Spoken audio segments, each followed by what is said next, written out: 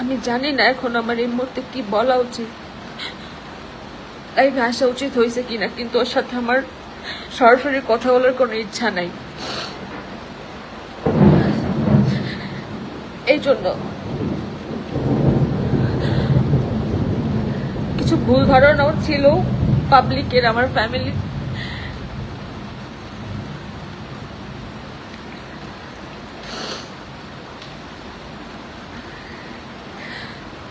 আগে একটা বড় রকমের ঘটনা ঘটে যাওয়ার পরেও সংসার করছিলাম, ভালোই ছিল।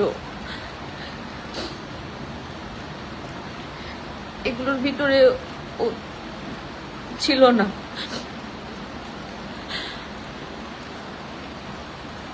ঈদে যখন ওর বাড়িতে গেলাম, রোজার ঈদে যখন ওর বাড়িতে গেছিলাম, তখন তো অবশ্যই লাইভের পরের ঘটনা। তখন আমাকে বলতেছিল ঈদে তো একটা স্পেশাল ডে, আমরা তো ঈদে তো একটু খাইতেই পারি। তা আমি ওর দিকে শুধু তাকাই থাকতাম, ভাবতাম বোধহয় আমার খালি মানে মন পরীক্ষা করার জন্য বলতেছে, বোধহয় খাবে না। তাকায় থাকতাম আর হাসতাম। তারপর ওর বাচ্চা গেছিল, তখন ও আমাকে বলতেছিল যে আমি কিন্তু বার্থডেতেও খাইলাম না, আমি কিন্তু একটা দিন পাই। হ্যাঁ, আমি কিন্তু একটা দিন পাই। তো আমি শুনতাম আর তাকায় থাকতাম। মানে পারমিশন দিব কি দিব না এটা পরের কথা, কিন্তু এটা কোনো স্ত্রীরই ভালো লাগার কথা না। এত বড় একটা ঘটনার পরে মদ বিষয়টা আবার আমাদের সম্পর্কে আসবে, এটা আমি মানতে পারতাম না। কিন্তু কোনো ঝামেলা হোক, কোনো এটা নিয়ে কোনো কথা হোক, এটা আমি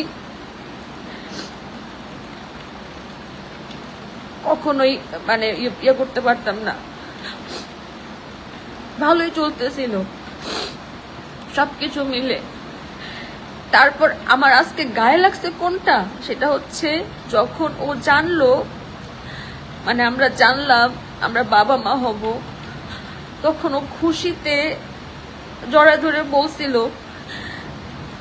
যে বাবু আমি আজকে বাবুর যে সংবাদটা তুমি আমাকে দিলা, এই খুশিতে আমি একটা কথা বলি, খুশির দিনে একটা কথা বলি, আমি আর মদ খাবো না, বাবু হওয়ার আগ পর্যন্ত আর মদ খাবো না। তো আমি এই কথার ভিতরেও ফাঁক ছিল, বাবু হওয়ার আগ পর্যন্ত, মানে বাবু হওয়ার পরে খাবে। আমি ভাবতেছিলাম যে বাবু